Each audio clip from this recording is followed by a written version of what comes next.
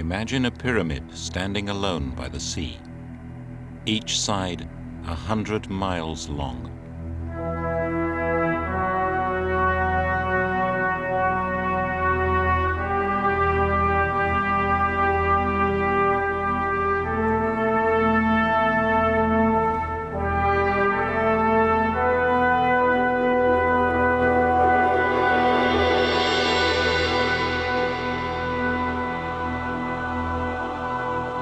It's a mountain, nearly 4 miles high. In its folds, imagine every different climate on Earth.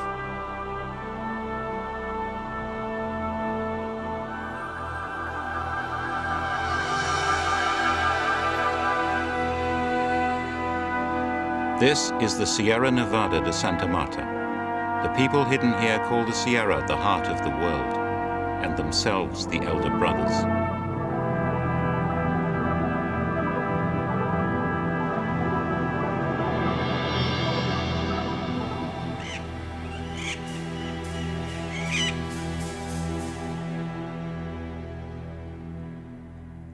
The Great Mother created the world in water. She makes the future in it. This is how she speaks to us. We look after nature. We are the mamas and do this here. And we mamas see that you are killing it by what you do. We can no longer repair the world. You must. You are uprooting the earth. And we are divining to discover how to teach you to stop.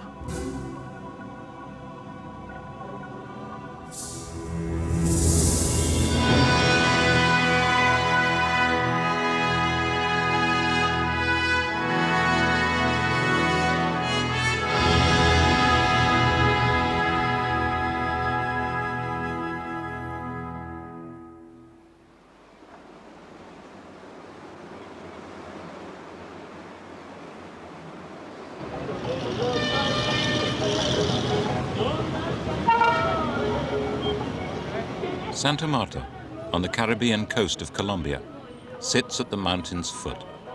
It was founded by the Spanish in 1525.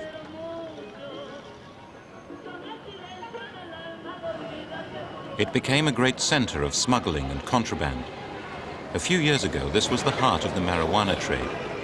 In recent years, it has been a base for shipping cocaine to Miami. You can hire an assassin in Santa Marta for $100. Every sunrise reveals another murder. Like any city, Santa Marta's out to make money. Santa Marta would like to be Los Angeles or Miami. It belongs to our world.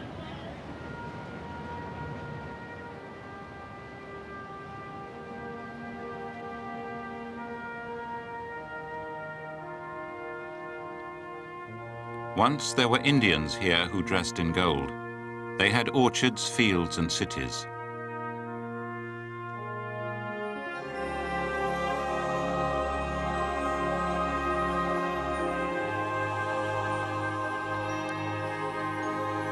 The Tayrona civilization vanished, like all Indian civilizations in South America. But it did not die.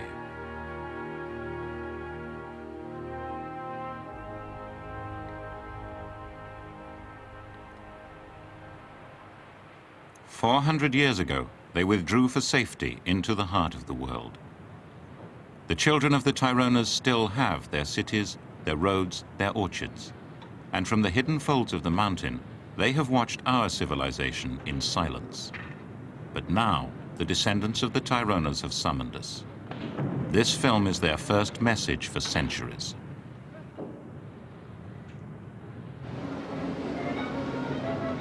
Most people in Santa Marta have no idea that they're there at all. All they know is that there are some relics left by the Tayronas. This is the Tayrona National Park, a few miles along the coast. Ancient Indian cities here were abandoned long ago and reclaimed by the forest. It's supposed to be a protected archaeological area, but Indian graveyards here have been turned into open-cast mines by looters.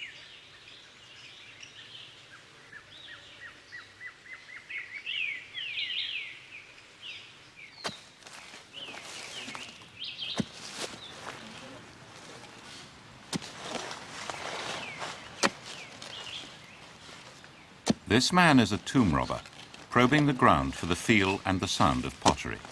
He's called a huaquero. Huaca is an Indian word for a religious object. Perhaps once a year, an experienced huaquero strikes gold. And if he's exceptionally lucky, he can make £10,000 for his year's effort, which is more than he can earn any other way, except through trading in drugs.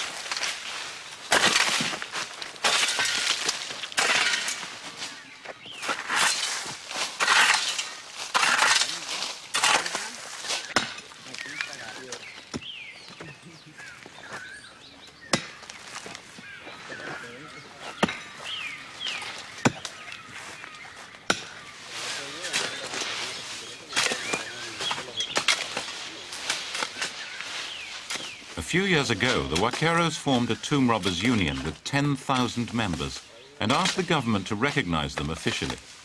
They were turned down, and today they protect their rights by more old-fashioned methods. If you want to be shot dead in a hurry, dig a hole near Santa Marta. The law has no power here. These robbers are working in full view of the public.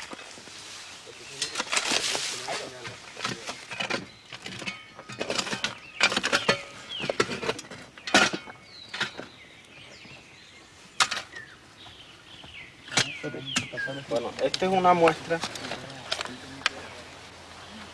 de ollas que indican el camino y la cal donde va el entierro, donde está el muerto. Posiblemente comprenda o puede ser un indio pobre. El camino sigue aquí.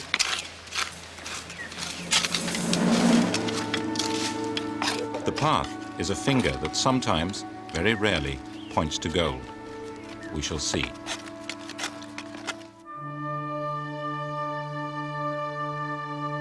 In 1973, a lone huaquero hacked a path into the dense rainforest. The area was called El Infierno, Hell. But there was a rumor that somewhere in Hell was once a great city rich in gold. He found it.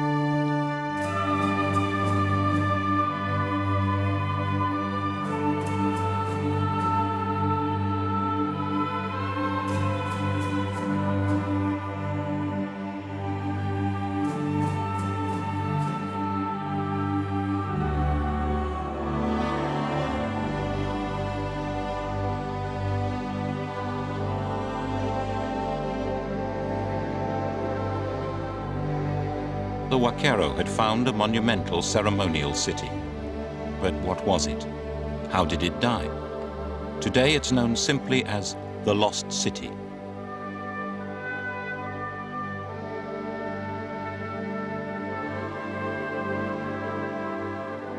On the sides of the ridge there are huge terraces covering more than 2,000 acres. The wooden thatched houses have gone, but for 3 years tomb robbers pillaged their stone foundations.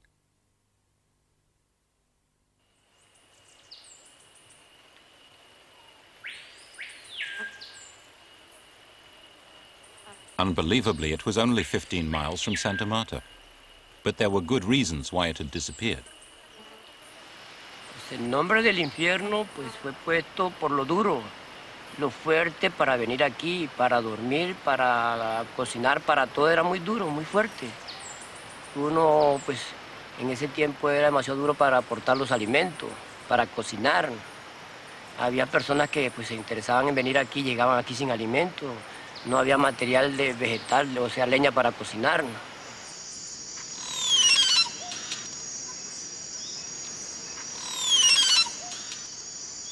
Eventually, Frankie led the archaeologists into the jungle, and they began to recognize that the civilization that built the lost city was very advanced indeed.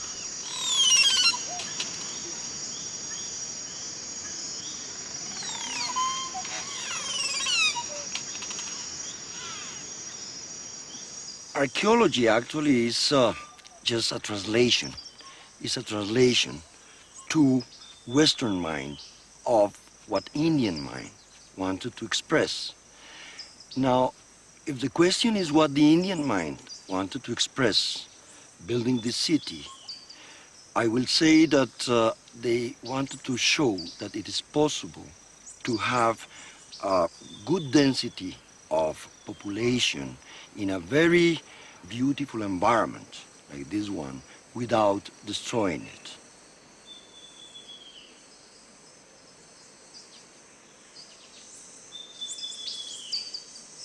There is also certain techniques of the Tayrona. They were adapting the city perfectly to the topographical condition of the area. They were building these walls in a way that they were not eroded as a result of the running water from the constant and very frequent rains of the area. If the city did not blend with the powerful forces of nature that shaped this jungle, it would have been broken apart by roots and washed away by rain. But it was abandoned 400 years ago, and it's still there.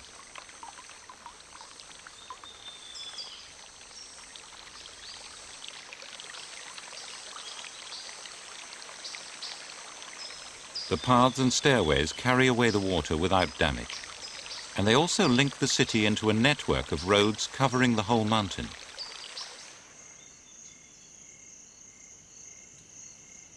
The city was too large to support itself. It depended on supplies from other areas of the mountain. The Tayrona treated the whole Sierra as a single system.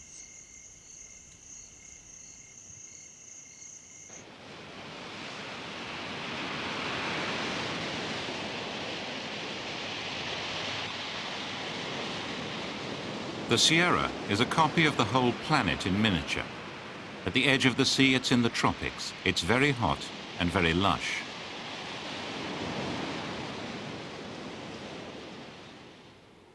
"25 miles from the beaches, there are snow peaks. Here, the climate is Arctic, the temperature never rising to zero. Every range of temperature and every range of rainfall. Parts of the Sierra are desert.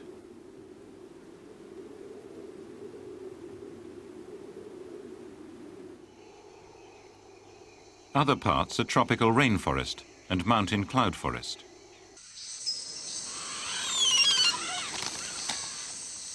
Almost every animal and every plant from anywhere in the world can find a home somewhere in the Sierra. Only the birds can leave. Everything else is trapped in the pocket environment that suits it.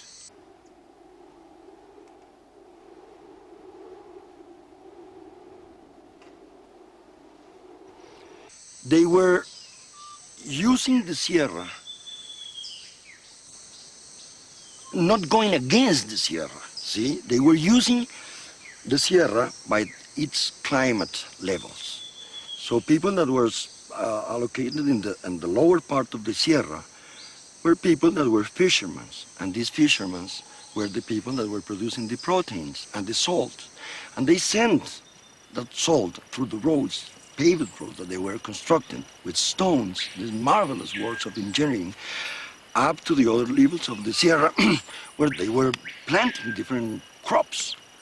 So in the higher parts of the Sierra, they were planting cotton, and still higher, they were planting corn, maize, and beans as basic protein resources.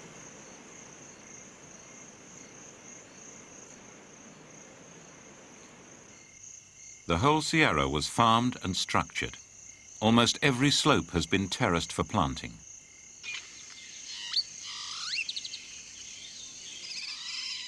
And even what seems to be jungle turned out to have been shaped by humans.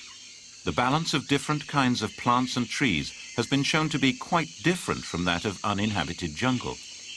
In fact, this is a huge, overgrown Tayrona garden.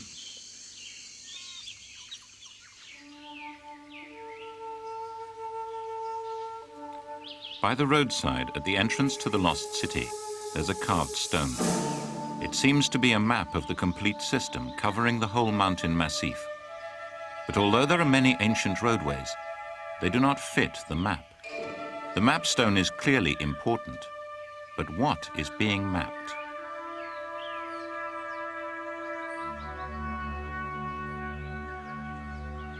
There are people who know. The descendants of the Tayrona, the Kogi, still live in cities higher in the Sierra. All of the civilizations that flourished in South America were demolished by conquest, except this one. but they do not speak to us, and no Colombian speaks their language.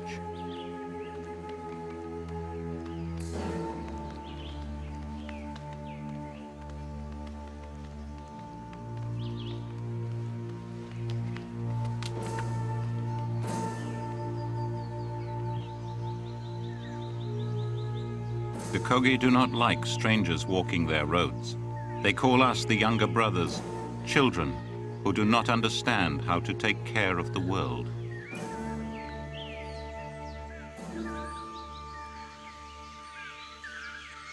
"300,000 people in the past were able to survive in the Sierra without creating an ecological mess. And today, much fewer settlers are really harming very badly the Sierra. The Colombian farmers who have invaded the base of the Sierra are creating a spreading cancer of sterile dust.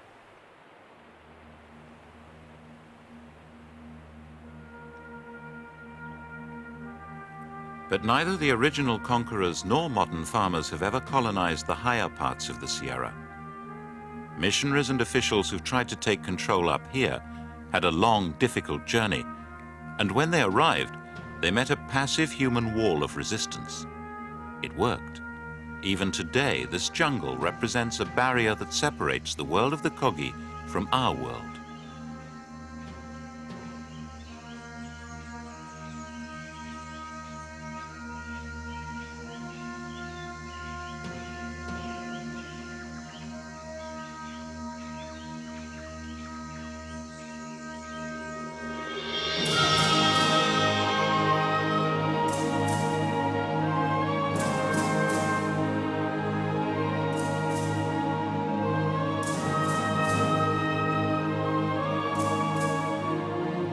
Here there are still towns without the wheel, farmers without the plow, educators without the written word, priests who have the power of government.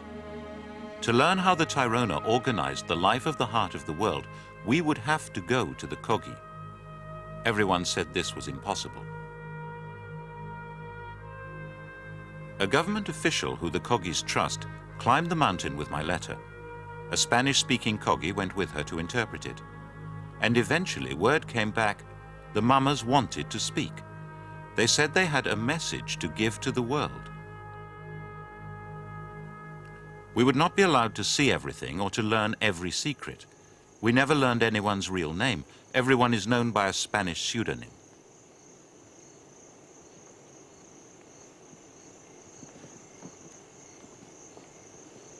I was told that I should bring whoever I needed and whatever I needed.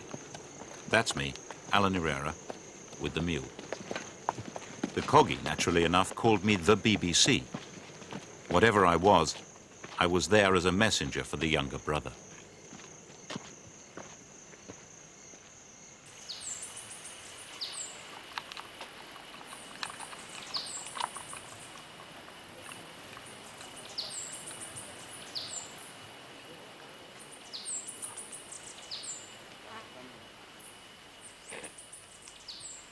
In the beginning, the Great Mother divided up the earth.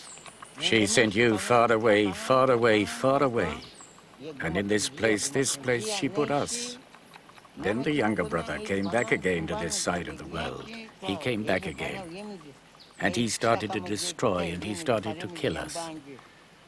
So now you've reached here. The younger brother is at the gate of the elder brother. We would like guards to keep younger brother out, like the beams that held our bridge. Each of these wooden supports is like one of the 9 worlds. They should keep us apart, apart, apart. Yes, yes, they should. We want you blocked from crossing over. We do. Younger brother climbs, and we retreat before him. He has taken our lands below, but the lands above are closed to you. It was said long ago to the younger brother that he should stay in his place over there, but he never listens. Still, he keeps on coming and trying to get in here. So now he must stop, right here. Isn't that what the mother said? Just once. You will come through the gate.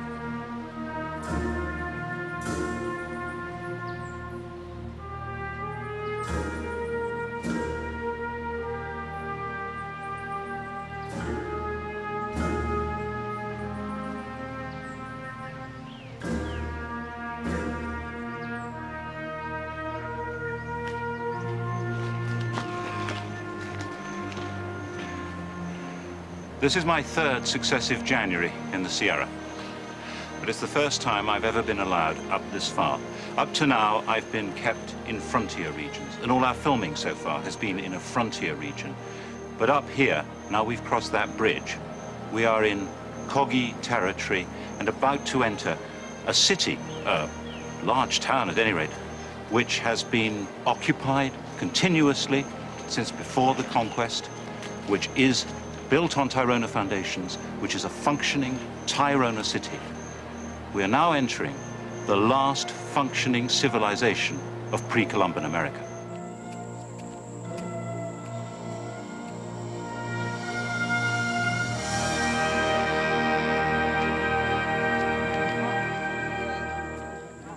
Bueno, entonces ya بعد يقول فناك وقع بعد إيش بس إنك نحن تمام شغل تكن توكين نقطه إيش مدام كيف هو تفضل كي بس قد تقاس نقطه إنك من قبل ما تقول إنك أي ما إنك تمام إنك قد أقول سقي شقوا إنك خي يقول إنك أي دود شبان إنك نقاش منكو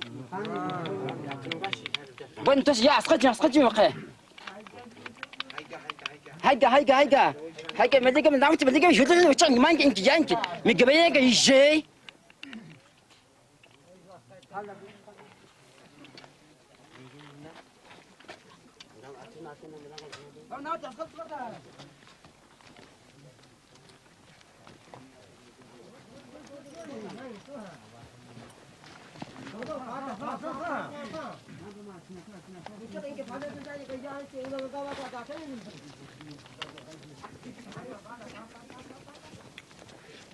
The ordinary citizens were described to me as vassals. Their lives are ordered and directed by cabos, the city guards.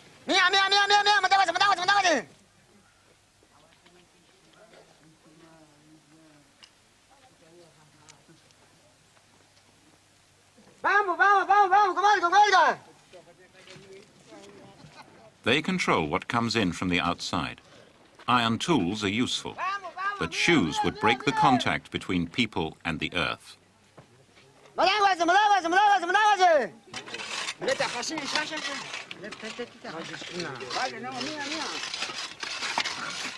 Cabos are drawn from the vassals. They're appointed by the priests, the mamas. They take their orders from a commissioner, also appointed by the mamas. All, mamas, commissioners, and cabos, are confirmed by divination.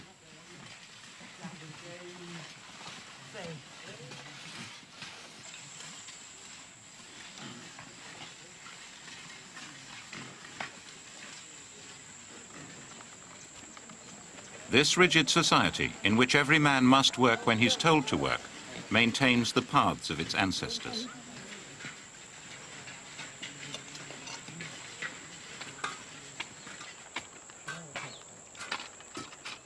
Mama means the sun. The mamas are the enlightened ones. They watch over the community and maintain its purity.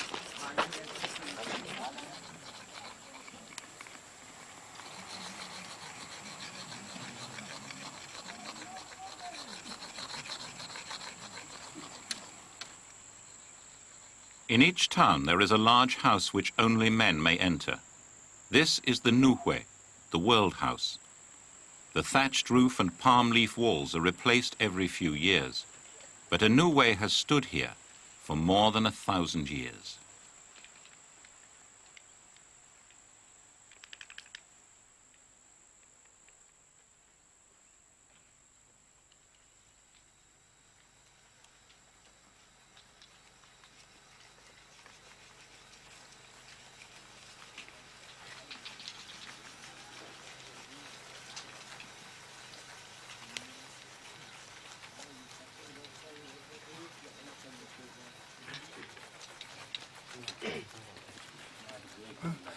I'm here. We all are here to give a warning. I'm speaking on behalf of us all, to send out a message to all the younger brothers, and I'm going to have to say it in a way that they can understand. Not just a message for the men who've come, and whatever place, wherever it is they've come from. Not just for the men who've come. I want the whole world to listen to the warning that we speak to you.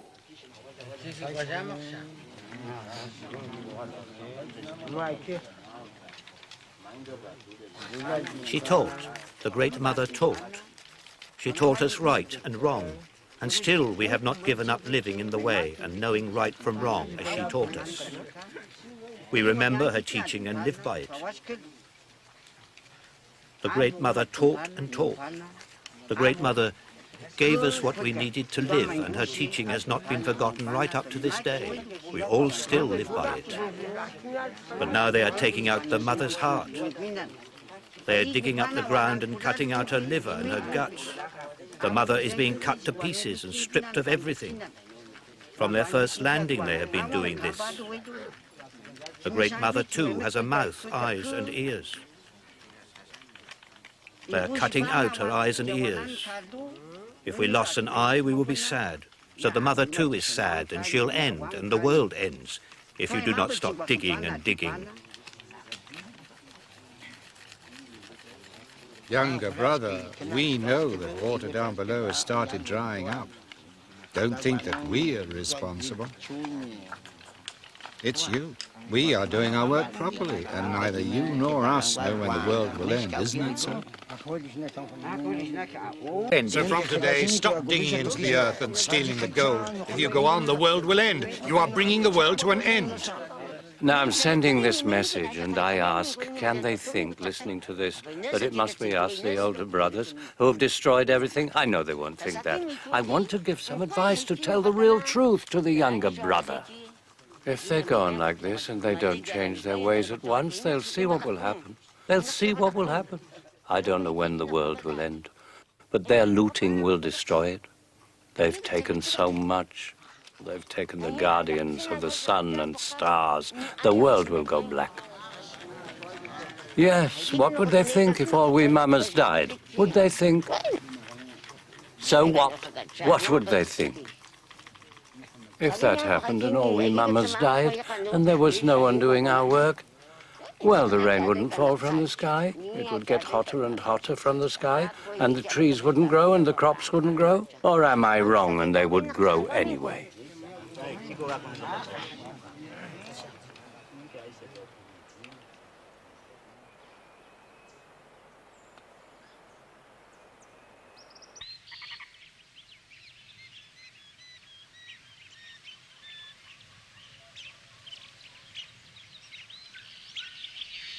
Are we really meant to believe that the Kogi have been secretly taking care of the world for centuries?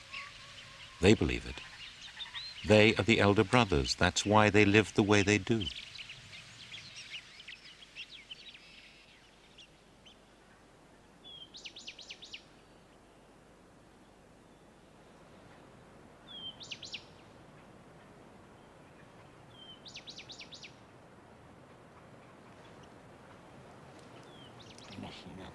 This boy of 18 is being initiated as a man.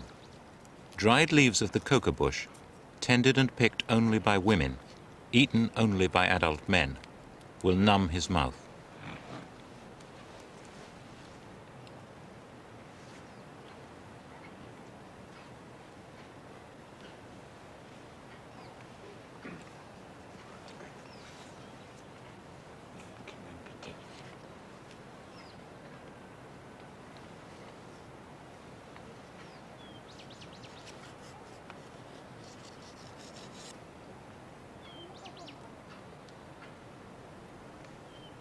There is powdered lime on the stick.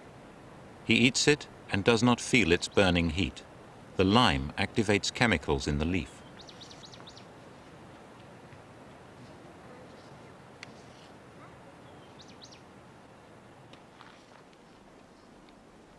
They believe that natural coca civilizes men. The toasted leaf they chew is as far from refined cocaine as rye bread is from rye whiskey.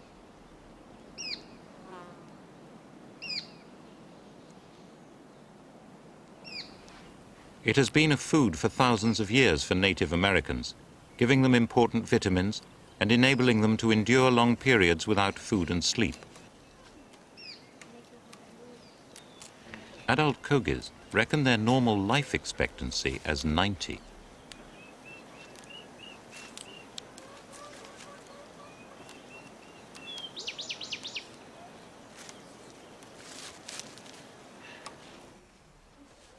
The lime is kept in the poporo, the symbol of manhood. This gourd may look like a penis, but it represents a womb. They refer to it as both a safeguard and a woman. The lime-covered stick, representing the male part, is wiped on the top, building up a disc of hardened lime on the rim. Unbalanced masculinity, without this image of both sexes working together, would be dangerous. The poporo is the mark of civilization. Eating from it reminds a man of what he is and keeps him in harmony with the Great Mother. Slowly bring it out, then suck it. And think of the Great Mother. Ask for your poporo in spirit. Concentrate, think about it. Ask for it. Ask with your mind. For the spirit guardians to grant these. The guardian of the poporo and of the stick, the guardian of the gourds. Mama Bernardo comes from a long line of ancient priests. His father died in 1987, 102 years old. You mustn't give up using the poporo and eating coca, now or in the future. Otherwise, you're not a man and can't be married. You should think about all this, about the poporo and what it means. It's a woman. Now that you can use it, you can take a wife. You can take a wife, but you've got to think carefully. When you were married and you have a woman, you have to look after her. You have to work for her. You mustn't ever hit her or mistreat her.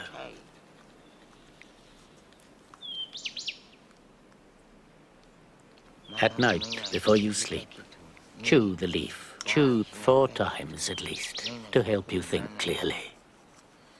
And think what you're going to do the next day. What things need to be done and how you're going to do them. Think it through.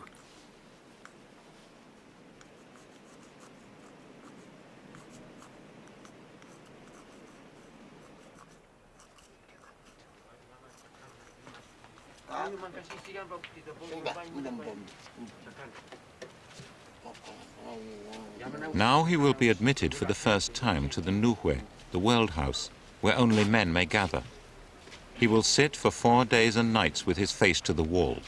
He will neither sleep nor eat. He must listen to the teaching of the town officials and elders.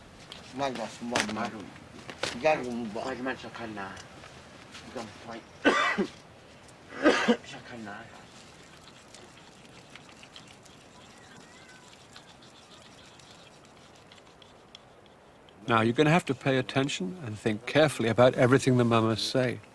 You must listen to their words, you must remember what they tell you, and you must think about it very carefully. And that way you will behave well. You can't just cut banana trees, you can't cut them, because banana trees are like your father, like your mother. You have to respect them as much as any person. You must be respectful.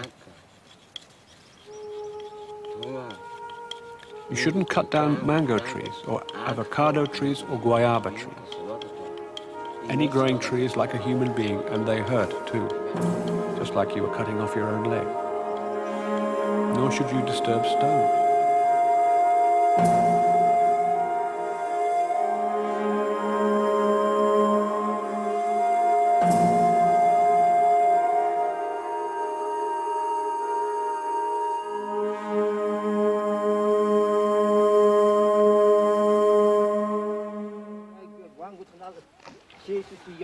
Ramon Gil is the person who the Kogi are using to explain their teaching to the world outside. A full Indian, but only half Kogi, he can read and write Spanish. The mamas taught Ramon for 14 months and then sent him to communicate with us. Humans need water. They have to have water to live. The earth is the same. It was made perfect by Saranqua, but now it is weak and diseased. The animals die, the trees dry up, people become ill. Many new illnesses will appear. There will be no cure or medicine for them. And the reason is that younger brother is violating fundamental principles continually, totally, drilling, mining, extracting petrol, minerals, stripping away the world. This is destroying all order and damaging the world. BBC, tell the younger brother, open your eyes. Hear the mama's law and story, learn how things really are.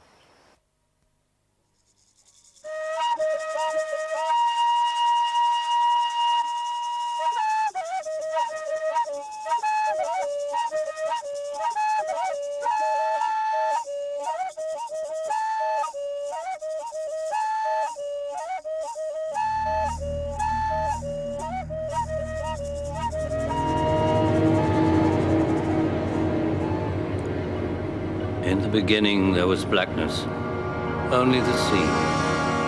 In the beginning there was no sun, no moon, no people. In the beginning there were no animals, no plants, only the sea. The sea was the mother. The mother was not people, she was not anything, nothing at all. She was when she was, spirit. She was memory and possibility. She was a Luna.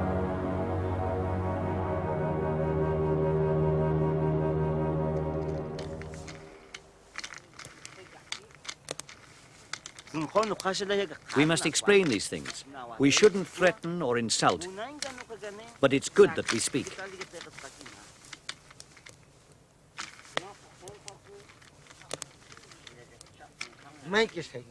We must show them how we work and how we offer our tribute to the Great Mother, so that they know that we are here working for the younger brother too.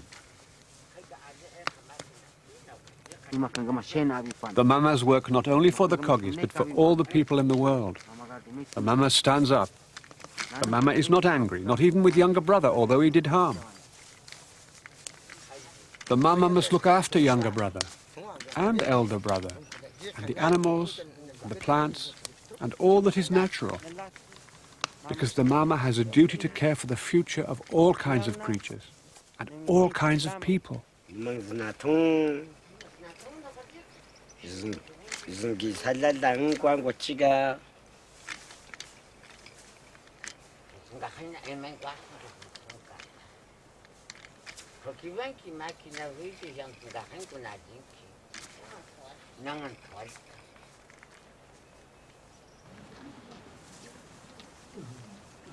The mamas want to teach us how the world was made. They say that we mutilate the world because we do not remember the Great Mother. She is not a distant god. She is the mind inside nature.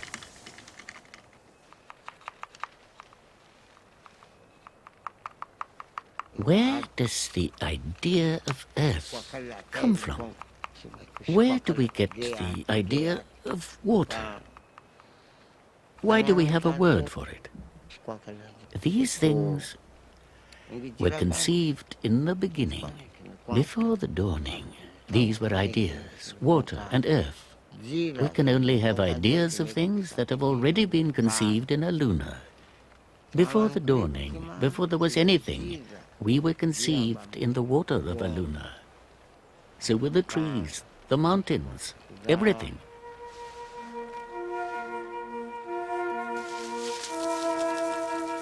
And then the mother began to spin out her thoughts. She heaped up a spindle before the dawning, and the mother spun 9 worlds. She gave birth to 9 daughters.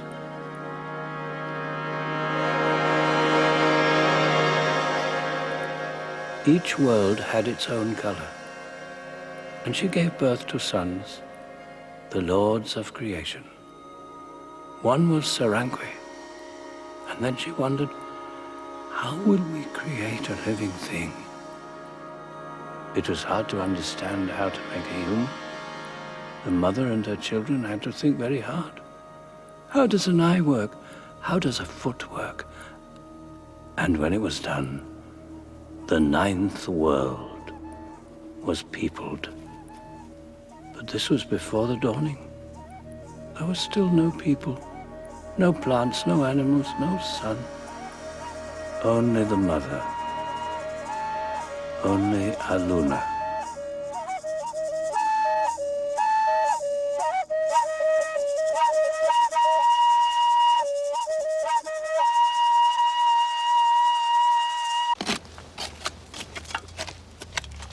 At the foot of the mountain, tomb robbers are plundering the graves of the Kogi's ancestors, the Tayronas.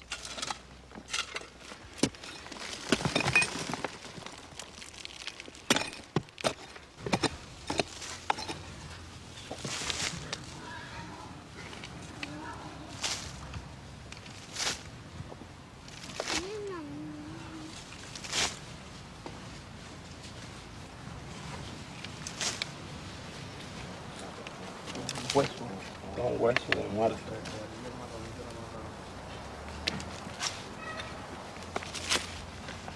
The jar is a womb of clay for the dead.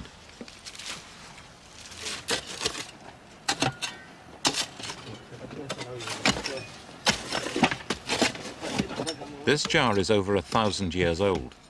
Even if it contains no grave goods, it will still be worth a lot of money.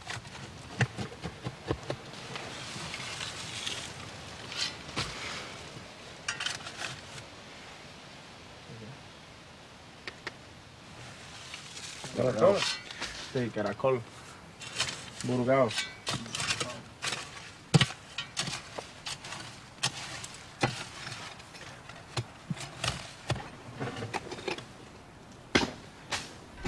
Yeah.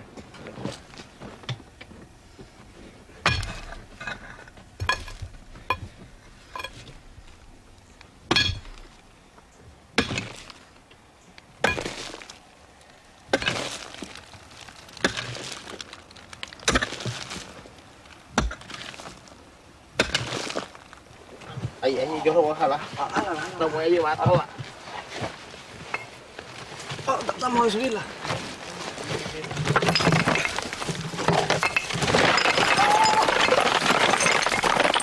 Ahora sí, Marta. Dale cuenta.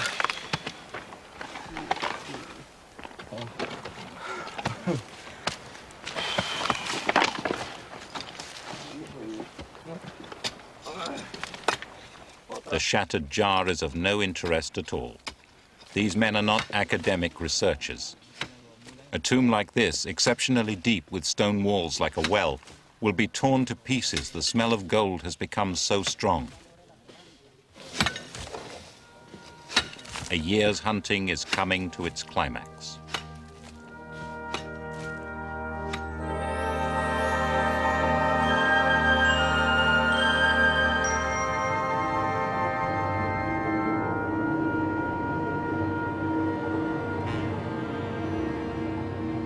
The mother bled. She had her period. She was fertile, and the world was fertile.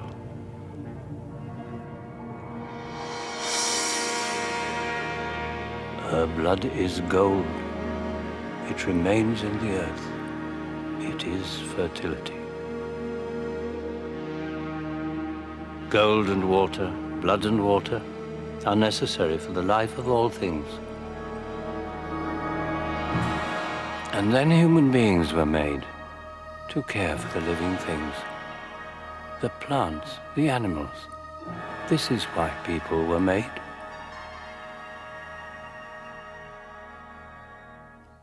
Oh, are you going to film me weaving again? Yes, they've come to learn,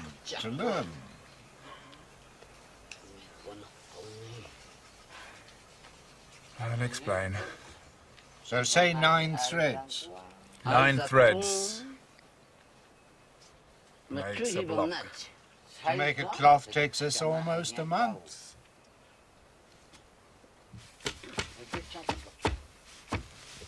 We don't ask them how to weave, do we? We don't go over there and say, show us. If the cameraman breaks my shuttle, I'll hit him.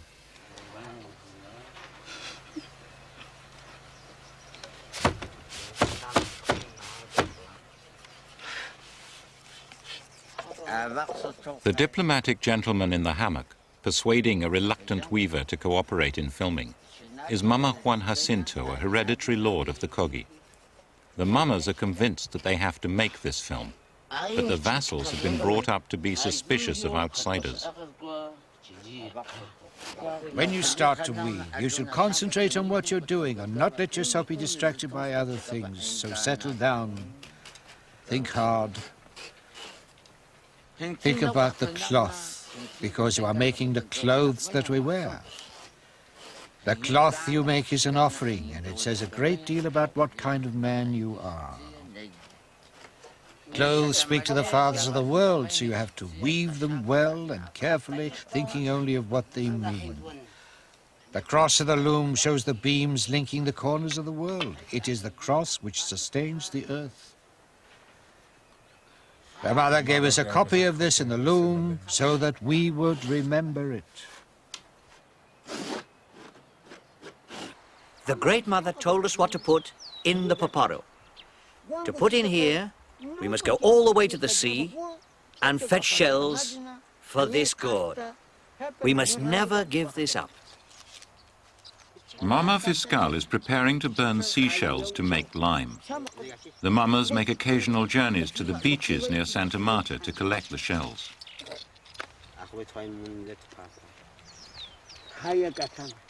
The uprights are called cabos, guards. They defend the order of things. All Kogi life is enclosed by this order.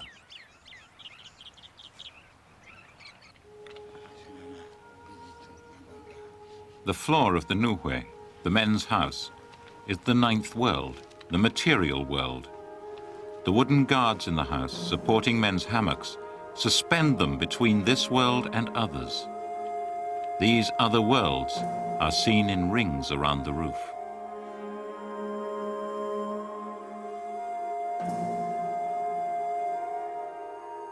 At the center, everything descends from the cross beams on which the universe was built. This order is built into the fire.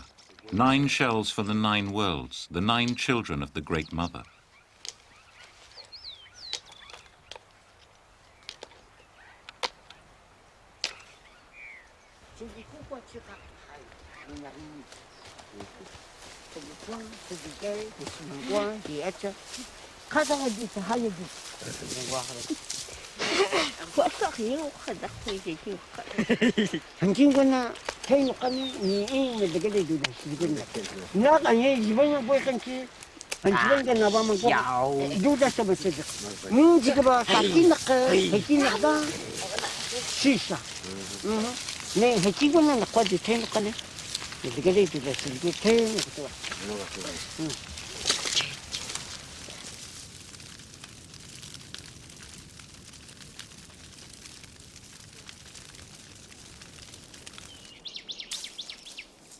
Once the shells have been burned, Mama Fiscal and his wife, who is also a mama, prepare them for the poporo. My wife and I now bless the shells while putting them into this gourd and pouring water into it.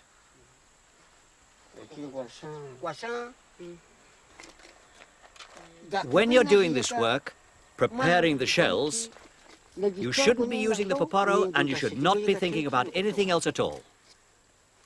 The Great Mother told us that we should never quarrel with women and we must always treat them well.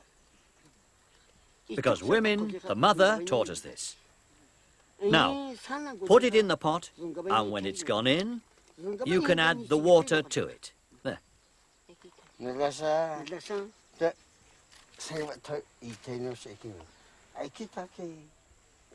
He has explained everything. You should be thinking how it was that the mother gave it to us in the beginning. The mother gave these things to me, too. I still know. I haven't forgotten what the mother taught. And the younger brother mustn't think that women don't know. I am a mama. I know how to give a boy his poporo.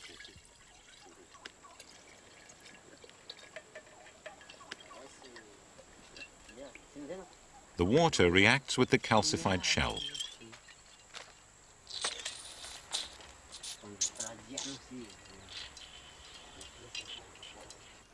But Mama says in our history, Mama says that here in this land, there was only and everywhere throughout the land the elder brother, all following the words of the Mama, and knowing all that a payment must be made for whatever we take from the land. This applies to everything. Not even the air we breathe, nor the water we drink, for all of it, of nature or machines, when you take, you make a payment. But then Sarankwe created a younger brother. He didn't listen. He did not understand. He would dig in the earth, tear at the earth, wound the mother. And Sarankwe said, "We will send him away. We will make a division. The sea. The elder brother here in the heart of the world. The younger brother there, across the sea, where he will not harm the heart of the world." And he was given knowledge of machines and sent away.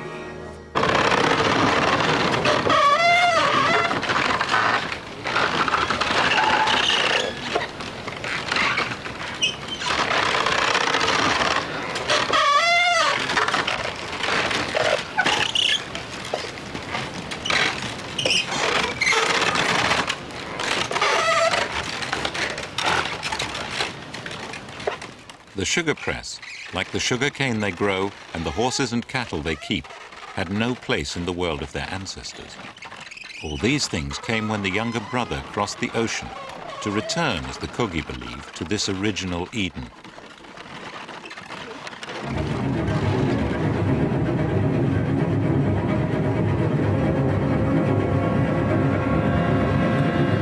The sea, which the Indians believed gave birth to all life, had kept them apart from Europe's iron kingdoms. But the sea carried ships. They landed in 1514, and their commander had a document read out on the beach. I assure you that with the help of God, I will make war on you in every place and in every way that I can. And I will subject you to the yoke and obedience of the Church and their highnesses. And I will take your persons and your women and your children, and I will make them slaves. I will take your goods, and I will do you all the evils and harms which I can.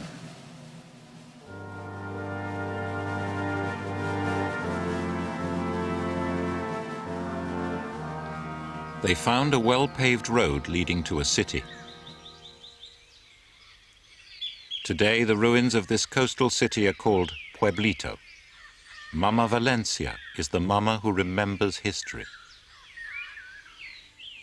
People used to live in peace all over this land.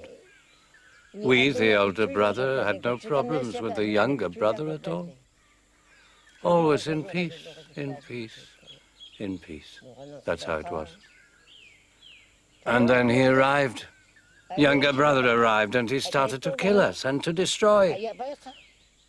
They set dogs on us, and we were terrified, and the people panicked and didn't know what to do and just ran wherever they could. That's how it was.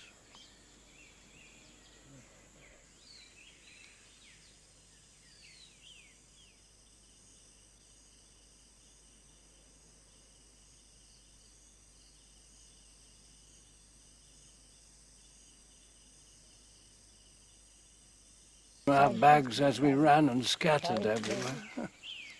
Falling, scattered. Our finest things. And when we stopped and we looked, hey, everything was gone. Nothing left.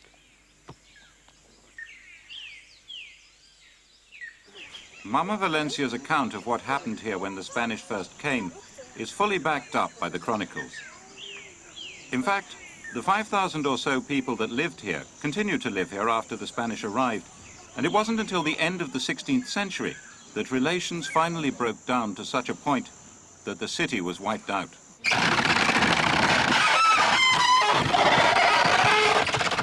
The Spanish settled on the coast and used Indians to work their farms. They demanded gold, and the Indians gave it. And when the Indians ran away and went up to the mummers in the mountain to escape, the mummers gave them more gold and said, "Give it to the Spanish and go back to work. Because without the fish and salt that you send from the coast, the rest of the Sierra cannot live." The Spanish squeezed the Indians ever harder. But in 1600, after nearly a century of coexistence, a new governor in Santa Marta provoked a major uprising. He presented the destruction of the Tayrona as a moral crusade with the utterly bizarre conviction that they were all homosexual. Spanish men spent a lot of time together, whether they were soldiers, sailors, or members of one of the many religious orders.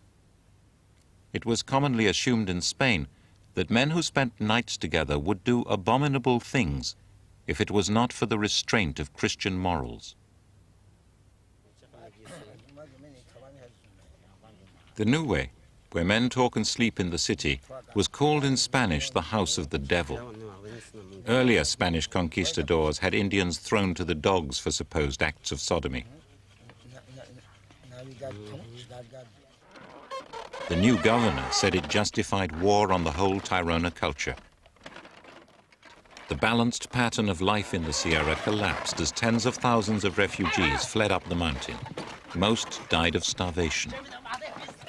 We lived in peace over this whole land, and I ask myself now, how could they have come here?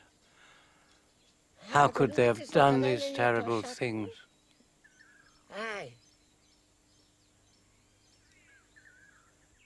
They made us run away and hide. We ran into the mountains. We were so terrified of their dogs and their guns. And they chased us and chased us and chased us and stole our land. And when I think that they came here only to kill us, to destroy.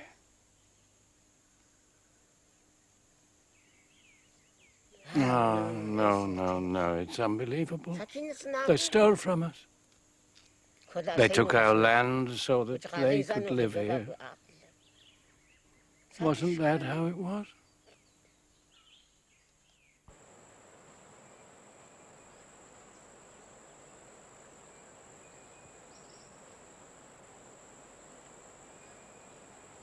The refugees fled to smaller cities high in the mountain.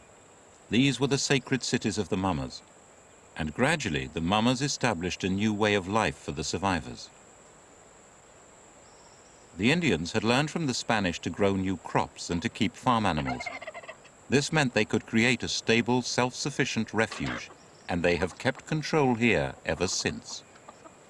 Behind me is a rectangular building which missionaries put up as a church, and here, in the middle of the town square, there's a cross. It's not a museum. It has been changed by the outside world, but what's remarkable about the Kogi is that they've decided what to accept and what to reject. They allowed the missionaries to come, but there's never been a single Christian convert. They accept iron tools, machetes, spades, but they refuse to wear our kind of clothing, and they refuse to accept writing. They refuse to accept anything which would damage the organization and the spiritual and intellectual ideas that control their world. The Kogi are farmers like their ancestors. Husband, wife, and children maintain a number of farms in different zones on the mountain, growing a variety of crops. Most of the time, the towns are deserted. Everyone is on their farms. The mummers do not permit fields of a single crop. Farms must be carefully balanced plots. The family are clearing the undergrowth for new planting under the trees.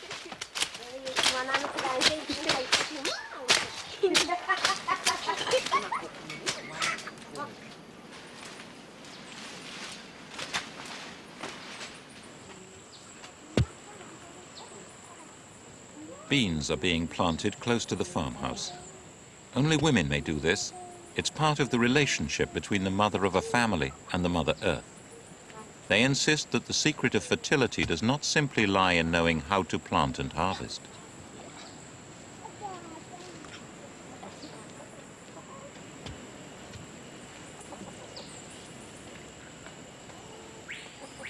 Everything we plant must be blessed. They must be helped to grow. Beans, corn, they all have guardians. Fruit trees too. They all have guardians. They all have guardians. We must ask the guardians' permission. If we didn't do that, then if crops aren't blessed, how can they grow properly? They dry up and rot without it. That's how it is.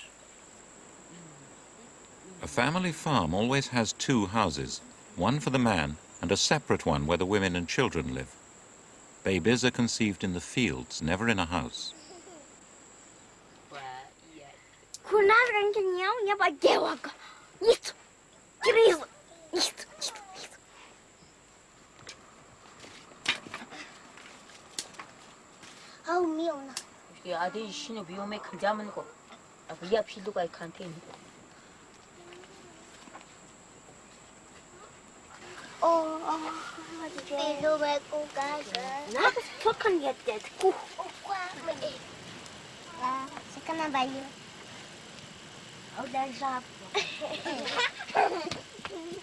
So we take the children to the mama so that he blesses them. And then he'll look after them and take care of their health and spirit. And when the children get sick, you have to take them to be healed. You bring them to the mamas so that they concentrate and cure the children, make them better. That way all the children get to know the mamas. We take them to the mamas to get cured, and sometimes they're not cured, and they die, and then we cry and cry.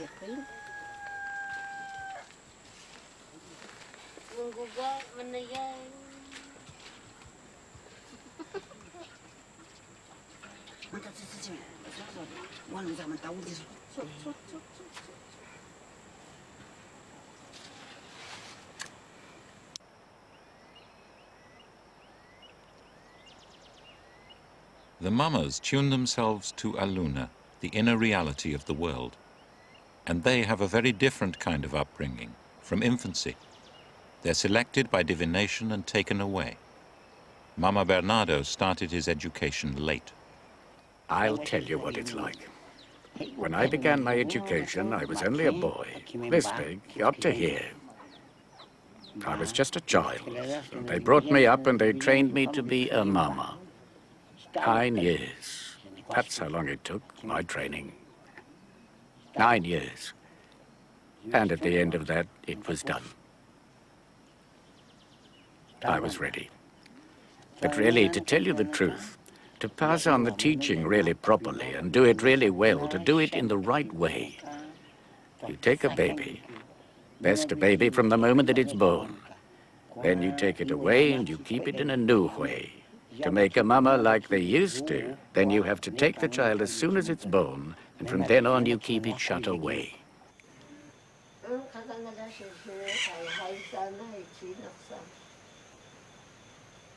The child is sometimes educated in a specially built house, sometimes in a cave. It learns to meditate on the Great Mother and on other spirits who come from the Mother, the guardians of all living things. These must be helped and cared for because they nurture the world. They must be given nourishment, represented by offerings of fragments of thread and leaf and stone.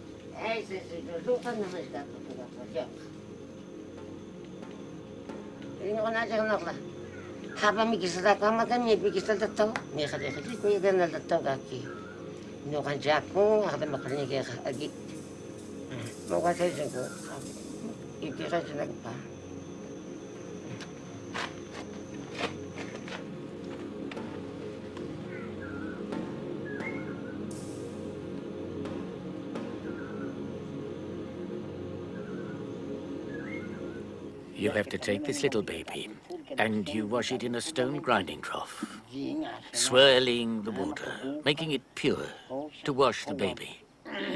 And when it's washed, then you have to shut it away where it's in the dark, completely in the dark. Dark, that means you shouldn't even light a fire, no light. It should see nothing in the dark, all alone. And in a house nearby, there lives its mother, and she feeds it, she gives it milk. But at night, she can't come in the light. And then she feeds it with milk from her breast. Then she goes away again. The mother mustn't eat any food with the blood of an animal. And that means she mustn't eat any chicken or anything that comes from pigs, no beef. Her food must all be white. White beans, white potatoes, white snails, right? It must all be white, white, white. Enina, Castellete, Enina, Pagamento, Plata, La Princesa Casar. Amatani Cotão, Habamikisagem Gani Cotão, Nihabaki Gani Kisalatão. Nung kamangko nung kikimangko talakoy ni amagkansya. Wala na ki. Buchigak kay. Kung sino kakwa ni kunukak. Kaji kakwa. Habang ko na magsangalagan sa kiyawat. Skawat. Kakwa ni nuka. In a sense, the student mama has been kept in a second womb. To 9 months have been added 9 years. Old wise men came into the dark speaking of mountains and birds and animals which could only be imagined. What must it be like to emerge into the light?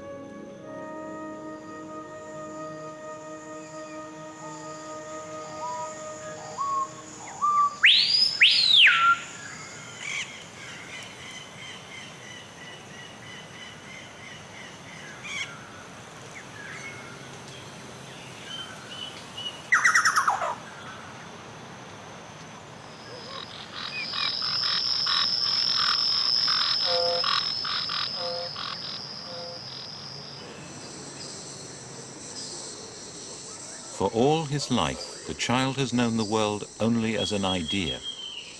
His physical senses have been kept alive, but only just. Just enough light to avoid blindness, just enough food to avoid starvation. But no meat, no salt, only lukewarm water to drink. And now, in place of the world he has imagined, he sees the world created by the Great Mother. He could not have imagined the grandeur or the detail.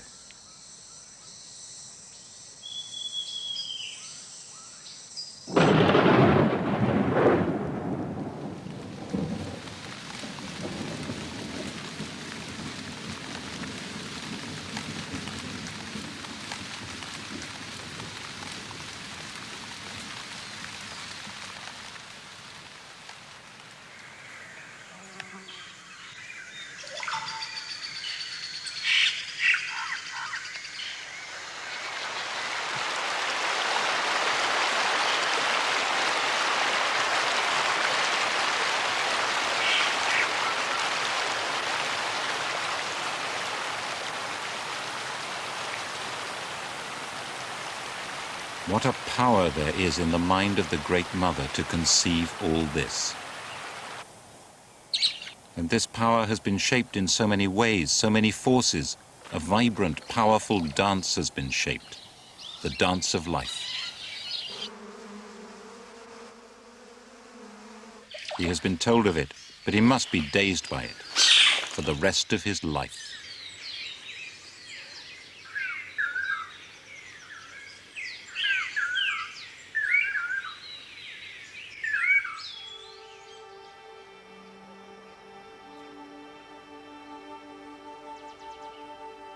The mama has to work in a world visible only to the mind's eye, the world of Aluna. The offerings he learned to make in the dark are now made in the light of day, creating harmony in the spirit world and in this one. The stone paths of the ancestors are traces of the spirit paths which the mamas walk, in a space we do not understand.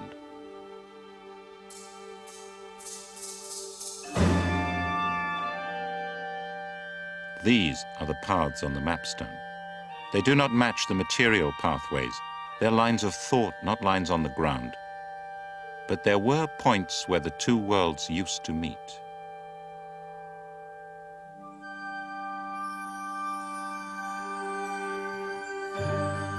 At these sacred places, gold was hung from the trees.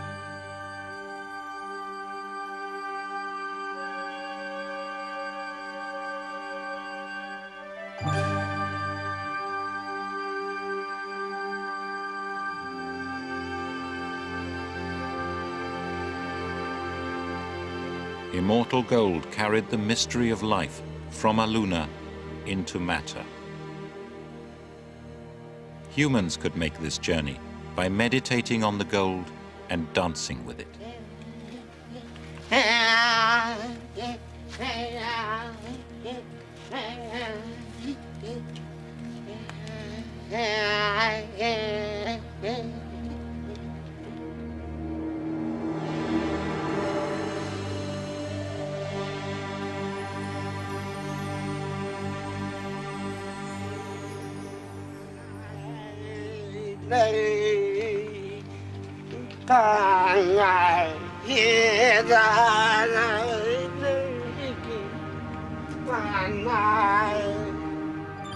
And body ornaments of gold helped humans play their part in the dance of life.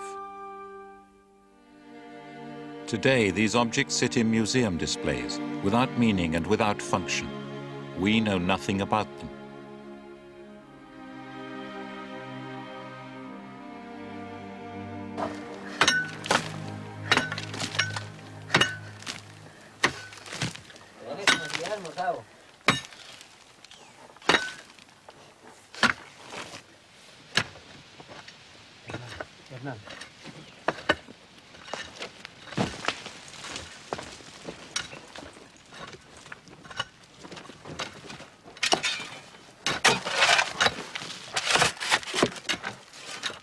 Down below by the sea there were the gold guardians. The guardians of yucca and of the trees. All the trees and all the birds were there in the ground. They cut the earth, dug them out. They must stop doing it. Must stop doing it.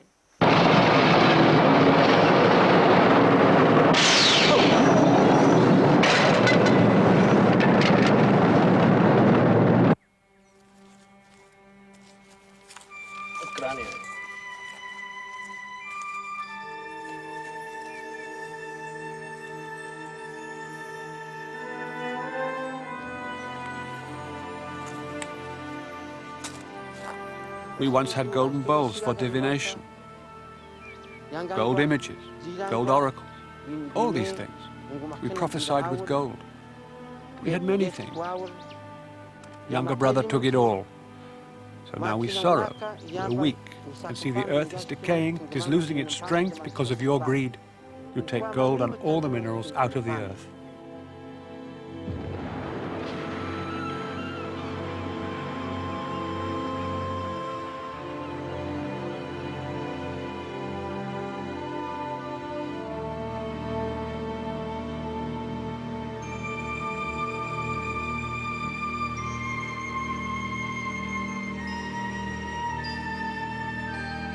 In London or New York, it's worth at least $20,000. It's an investment. The fingers that dig are Colombian, but they are powered by the market forces that drive us all.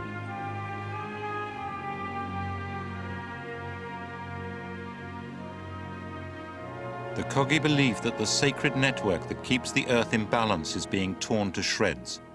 In desperation, they had to find a way to warn us. That was why Ramon was told to learn Spanish. You understand, we always had our own organization here, comisarios, mama, cabo. But the older brother, to consult or to present our problems before the government, and to get them to help the community of indigenous Kogi, that needed a new organization.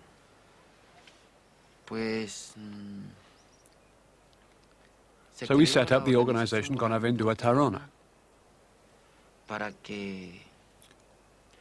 so that we could be heard by the younger brother, and so that he would respect us, because before, in the conquest, he did not respect us.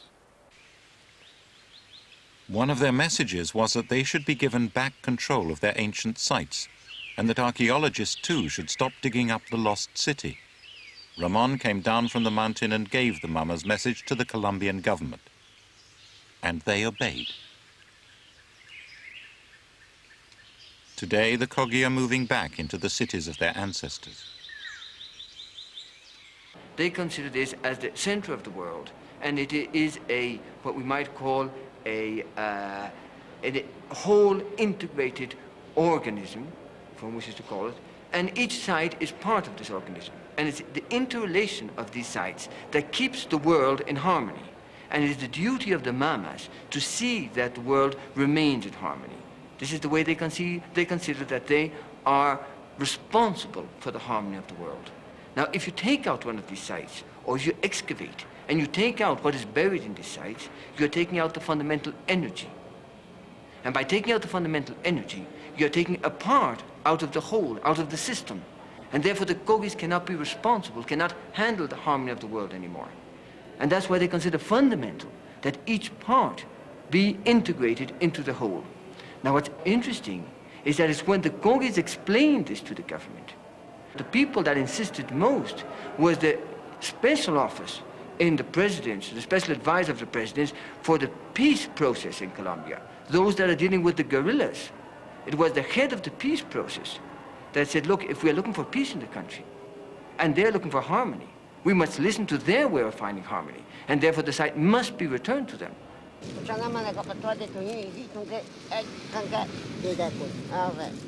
So Gonavindua is now growing, and it ought to grow, so that everyone in the world, both internationally and here in this nation, will show respect to the organization Gonavindua, and will not disturb any more the native Kogi, the Mama Kogi. Because when the Mama is concentrating deeply, he doesn't like to hear the sound of airplanes. He doesn't like to look up because he has to concentrate steadily for 9 days. He concentrates without eating anything. But nowadays this sort of thing can't be done.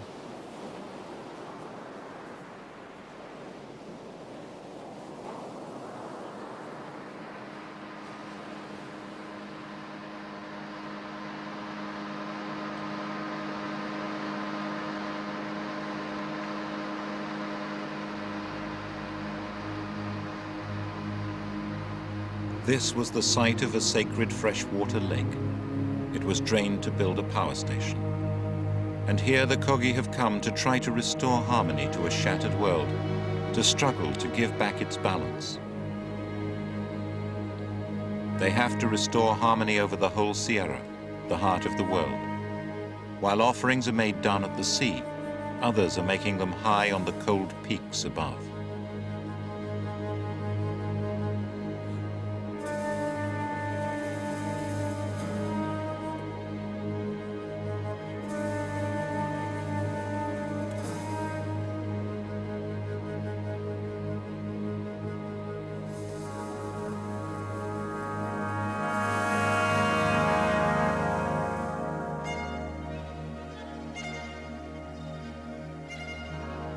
As they approach the ocean, they turn, recalling the spindle from which the original thread was spun, and to which they still cling.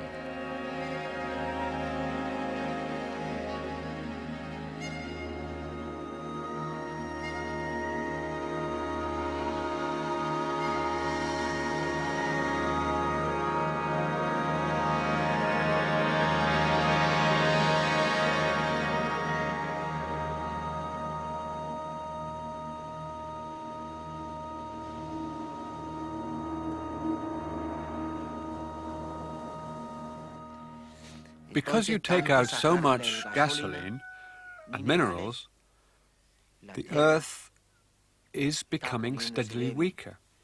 And so the mama has been thinking, what can we do to make sure that the younger brother fully understands? Because the mama says that it's very difficult for the younger brother to listen well and to hear. But it will be even harder for him to give things up. But he's going to have to learn. Younger brother must listen carefully to the history of the mama, the law of the mama, the beliefs of the mama.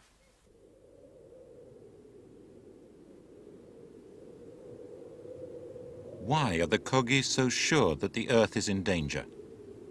The answer is high on the mountain peaks.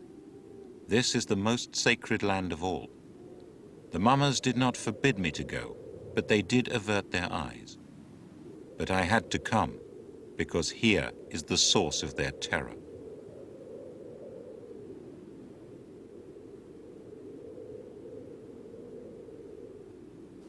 This is our last day in the Sierra, and it's the highest point that we're going to reach. This is the tundra, what they call the paramo. To the Kogi, this is the most sacred place of all, because this is what fertility depends on. The most important payments that they make to the soil are the ones which are carried down from here to the sea, and from the sea back up here. They mirror a natural exchange, a water cycle on which the whole fertility of the Sierra depends. This is where the rivers are born, as meltwater from the snow and the glaciers flow down to the sea through the forests and jungle. And that water comes back in the form of clouds, whose water is deposited here again. The whole life of the Sierra depends on this region. Around here, it's yellow. It should be green. These little bushes once covered the whole area. Now, they're perishing. The water has gone. The paramo is drying out. The snow is retreating very rapidly. When the Kogi talk about the heart of the world dying, what's frightened them is the death of this area, the paramo, because when this dies, everything below it that depends on it will have to die. That's what they mean when they say that they know that unless we do something, the world is coming to an end. It is the mountains which make the waters, the rivers and the clouds. If their trees are felled, they will not produce any more water. The Sierra is a model of the world. Global warming does not stop here. We are changing the air and the sky and the balance of life.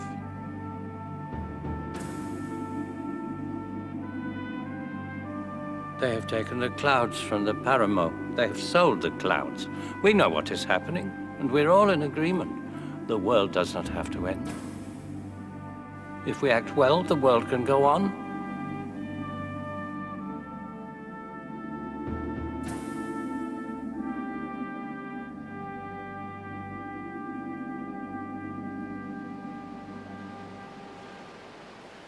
We are going to close the bridge now. But we want younger brother to know that he can't come here again. He can't come back. We are putting a barrier here so that he respects us, understands. We don't want him coming up here and interfering with us. He has destroyed so much. Does he see? No. Understand? No. Start to understand, or what will happen? Right, that's it.